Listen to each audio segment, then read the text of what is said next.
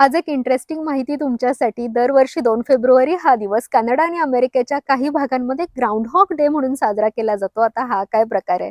तर ग्राउंडहॉग हा एक मोठ्या खरीसारखा दिसणारा प्राणी आहे आणि पेन्सिल्व्हानिया डच एका अंधश्रद्धेनुसार असं मानलं जातं की 2 फेब्रुवारीला ज्यावेळी बिळातून हा ग्राउंडहॉग वर येतो आणि त्याला जर त्याची सावली दिसली तर त्या वर्षी हिवाळा हा पुढं 6 आठवड्यांसाठी चालू राहणार आहे आणि जर समजा त्याला त्याची सावली नाही दिसली तर त्या वर्षी वसंत ऋतू लवकर येणार आहे.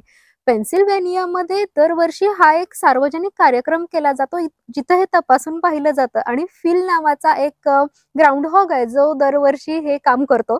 तर फिल यावर्षी बाहेर आला आणि त्याला त्याची सावली दिसलीच नाही आणि असं जाहीर केलं गेलं त्या कार्यक्रमामध्ये की यावर्षी वसंत ऋतू लवकर येतोय. Glad tidings on this Groundhog Day. An early spring is on the way.